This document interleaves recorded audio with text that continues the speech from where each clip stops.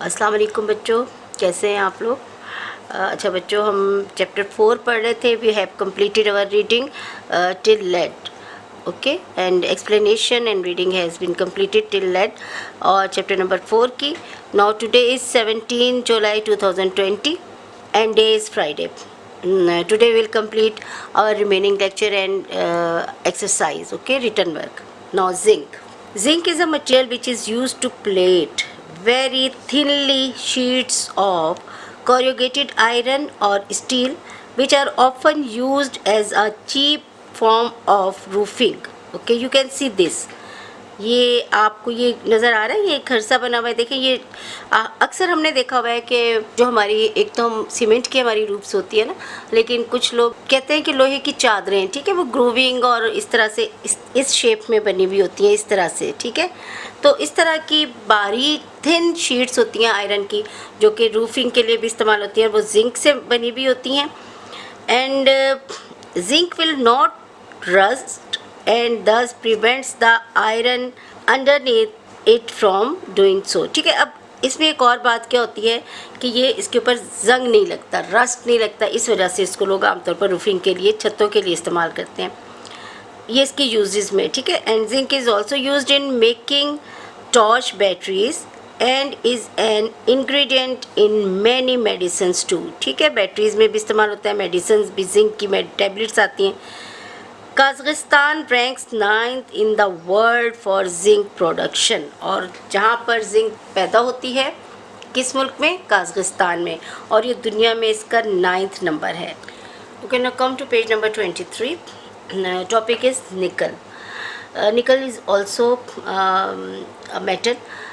This variable metal is often used like zinc to coat steel objects to stop them from rusting.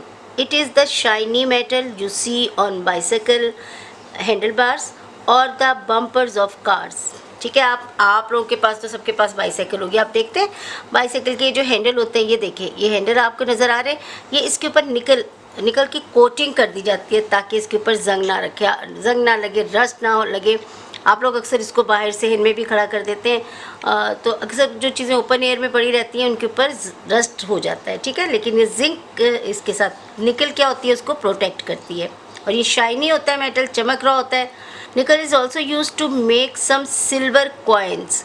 Indonesia is the 4th largest producer of nickel in the world. Okay, कुछ countries में इसको silver के जो coin होते हैं उनके ऊपर भी ये कोटिंग के लिए इस्तेमाल होता है, और दुनिया में मुस्लिम कंट्रीज़ में इंडोनेशिया है जो कि 4थे नंबर पर है दुनिया में, ठीक है, 4th लार्जेस्ट प्रोड्यूसर ऑफ निकल है। नाउ गोल्ड तो बेटा आप लोग सब जानते हैं, ठीक है, हर घर में आपकी अम्मी लोग, सब लोग गोल्ड की ज्वेलरी यूज़ करते हैं। इसके अलावा गोल्ड के और क्या यूजेस हैं ये भी आपको पता चलेगा। We usually think of jewelry when we think of gold, but today it has a much more important place in industry. It is the best conductor of all metals in the world and will never rust. Jewellery के अलावा ये ऐसा metal है जो कि सबसे ज़्यादा ये बेस्ट कंडक्टर है, ठीक, तमाम मेटल्स जितनी भी दुनिया में पाई जाती हैं बेस्ट कंडक्टर है। कंडक्टर के मीनिंग ऑलरेडी आपको बताया जा चुके हैं, और इसके ऊपर भी रस्ट नहीं लगता है। Today gold is used in scientific equipment specially for making important connections in computers and other electronic equipment. Gold is widely used in electronic equipment and satellites because it will not tarnish. Tarnish का क्या मतलब होता है कि इसके ऊपर अगर ये ओपन भी पड़ा रहा है एयर में तो इसके ऊपर इसका रंग नहीं उड़ता, ये पिघलता नहीं है, या आहिस्ता आहिस्ता करके गायब नहीं होता है, तो इसलिए इसको सैटेलाइट्स में भी यूज़ करते हैं। Gold is sometimes used for making artificial teeth. Indonesia 7th and Uzbekistan 9th rank among the top 10 producers of the world's gold। Okay, ये हमने गोल्ड के यूजेस पढ़े थे, सेटेलाइट में, इवन कंप्यूटर में, साइंटिफिक इक्विपमेंट्स वगैरह में इस्तेमाल होता है। बेटा ये आप देख रहे हैं ये स्पेस सेटेलाइट में यहाँ पे गोल्ड का इस्तेमाल है। अब आप देखिए ये कितना एक्सपोज्ड होता है एयर के अंदर, हवा के अंदर, सन रेज के अंदर, लेकिन क्योंकि ये सबसे ज़्यादा मेटल जो है वो ऐसा मेटल है जो कि बेस्ट कंडक्टर होता है और ये बिल्कुल भी टार्निश नहीं होता, इसलिए इसको गोल्ड को भी ये सेटेलाइट्स में यहाँ पर इसको इस्तेमाल किया गया है। Now page number 24, silver. Silver is also resistant to tarnishing as well as for jewelry, cutlery and silverware। Silver को भी इस्तेमाल किया जाता है और ये जो है इसको भी ज्वेलरी में भी, कटलरीज वगैरह में इस्तेमाल किया जाता है, डिशेस, कप्स, ट्रेज एक्सेट्रा वगैरह में। Silver is used in computers because it conduct electricity well.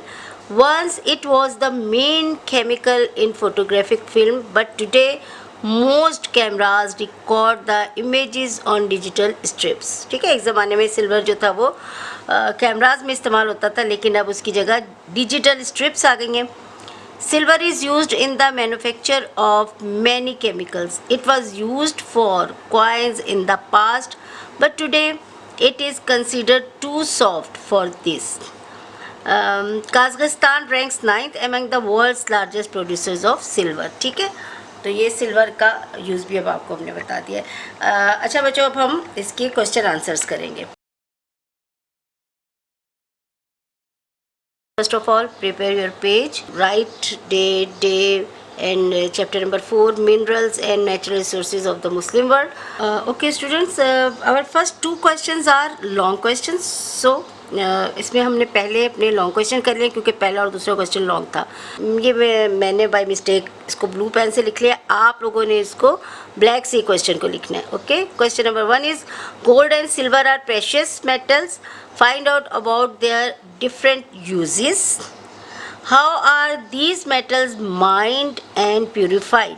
ठीक है, क्वेश्चन में पहले तो उन्होंने पूछा कि गोल्ड और सिल्वर को हमने बहुत कीमती मेटल्स हैं, इनको डिफ्रेंशिएट करके उन्होंने कहा कि आप पहली चीज़ हमने इसके यूजेस बताने हैं, दूसरा हमने क्या बताना है कि कैसे निकाले जाते हैं। माइंड का क्या मतलब है, कहाँ से, किस तरह से निकाले जाते हैं, इनकी कान या ये कहाँ पर पाए जाते हैं, और इनको फिर प्यूरिफाई कैसे किया जाता है, इनको इनकी जो मौजूदा शक्ल होती है इस फॉर्म में इनको कैसे लाया जाता है। ओके ओके, आंसर इज़ आप लोगों ने इसको डिफ्रेंशिएट करना है। आप एक लाइन में बीच में ड्रॉ करेंगे, एक साइड पर आप गोल्ड लिखेंगे एंड सिल्वर। सबसे पहले हमने uses. Okay, gold is used in computers, electronic equipments, satellites, space equipments, dental work and in making jewellery. Okay, Silver is used in computers, photographic films, manufacture of chemicals, solar panels, medicines, water purification process, in making jewelry, cutlery and silver water. These are uses of gold and silver. Now, second part of this question is how these metals are mined and purified. ठीक है, mining and purification. Gold is mind in 2 ways, 2 तरीक़ों से ये निकाला जाता है। पहला है from pleasure deposits. Pleasure deposits ये क्या होता है, ये आमतौर पर दरियाओं में, समंदरों में, बीच में वहाँ पे किनारे, वहाँ पे डिपॉजिट्स, बहुत सारी चीज़ें आके जमा होती जाती हैं, उन डिपॉजिट से हासिल होता है। एंड फ्रॉम लोड और रीफ डिपॉजिट्स, और इसके अलावा एक और किस्म के डिपॉजिट्स होते हैं जिनको रीफ या लोड डिपॉजिट्स कहते हैं। ये भी इसी तरह से होते हैं, सदियों तक, बहुत तवील अरसे तक मुख्तलिफ़ चीज़ें, जानवर और हड्डियाँ और जो समंदर के अंदर जो मिनरल्स और जो चीज़ें पाई जाती हैं वो आती जाती हैं और आकर डिपॉजिट्स होते जाते हैं। उसमें गोल्ड के भी डिपॉजिट्स होते हैं, कभी रेत के साथ, कभी मुख्तलिफ़ चीज़ों के साथ वो जमा होते जाते हैं, तो ये उनसे हासिल किए जाते हैं। और रिफाइंड कैसे होते हैं, it is refined through chemical means. ठीक है, केमिकली फिर इनको मुख्तलिफ़ तरीक़ों से इनको रिफाइन किया जाता है, यानी इनको इनकी प्यूरिफाइड फॉर्म में लाया जाता है। Okay, silver is also found along with other ores. ठीक है, मुख्तलिफ़ और जो धातें होती हैं मुख्तलिफ़ किस्म की चीज़ें होती हैं, सिल्वर भी उनके साथ मिक्स होकर पाया जाता है। इट इज़ रिफाइंड, अब इसको कैसे रिफाइंड किया जाता है?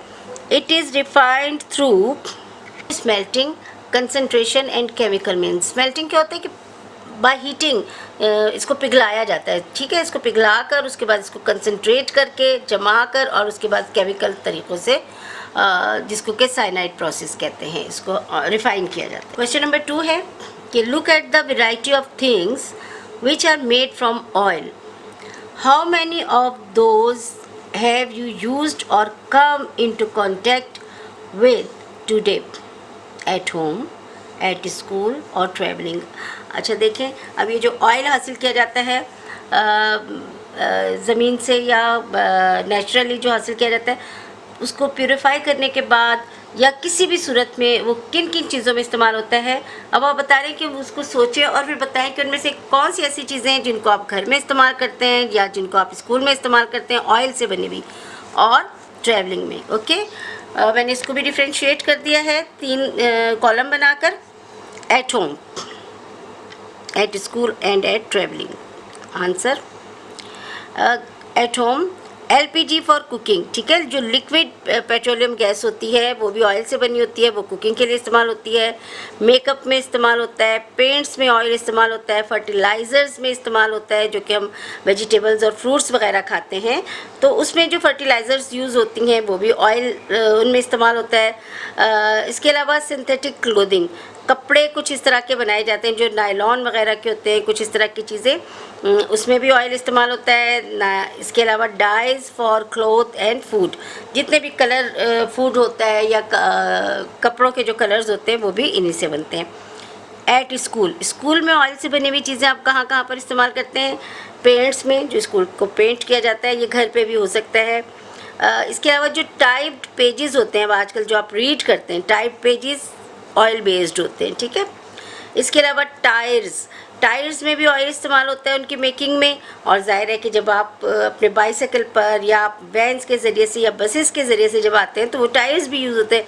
Tyres when come by bicycles और एनी अदर व्हीकल। इसके अलावा इंक जो यूज़ की जाती है उसके अंदर भी ये ऑयल इस्तेमाल होता है। एट ट्रैवलिंग, अब ट्रैवलिंग के दौरान पेट्रोल, आपको पता है कि किसी भी किस्म का आपका ट्रांसपोर्ट मीन्स ऑफ ट्रांसपोर्टेशन हो उसमें आपका पेट्रोल एज फ्यूल इस्तेमाल होता है। इसके अलावा लुब्रिकेंट्स, इसकी जो मशीनरी होती है उसको लुब्रिकेट करने के लिए, उसको ऑयलिंग करने के लिए भी यही ऑयल इस्तेमाल होता है। लुब्रिकेंट्स एंड ऑयलिंग टायर्स में इस्तेमाल होते हैं ट्रैवलिंग के दौरान। बाइटुमेन क्या होते हैं कि वो रोड्स जो बनाई जाती हैं और उनके ऊपर जो तारकोल और ये चीज़ें जो डाली जाती हैं उसके अंदर वो भी इसी के बाई प्रोडक्ट्स होते हैं ऑयल के फॉर रोड्स, ठीक है, ये इसमें इस्तेमाल होते हैं। Okay, question number 3 and question number 4 is short question. Question number 3 is why do you think is coal not commonly use, discuss the reason. देखें, ऑयल और गैस का तो इस्तेमाल बहुत ज़्यादा है लेकिन उसकी निस्बत हम देखते हैं कि कोल का इस्तेमाल कम है, कोयले का। इसकी वजह क्या है? Coal is not commonly use because it is dirty and polluted when burn, पहला बात। Number 2, it is bulky and awkward, sorry यहाँ पर आएगा awkward, AWK, awkward to transport, ठीक है, इसको ट्रांसपोर्ट करना बहुत ज़्यादा ज़ख़ीरा होता है, इसको एक जगह से दूसरी जगह पहुंचाना मुश्किल होता है।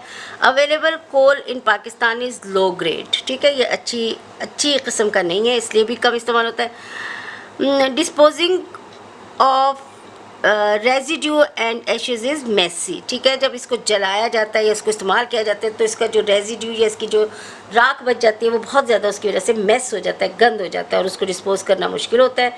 इसके अलावा it's smoke polluted the atmosphere, ज़्यादा ऑयल और गैस की निस्बत इसका जो स्मोक होता है वो एटमॉस्फेयर को ज़्यादा पॉल्यूट करता है। These are the main reasons. Now question number 4, a famous scientist once said to author, oil is far too valuable to be burnt as fuel.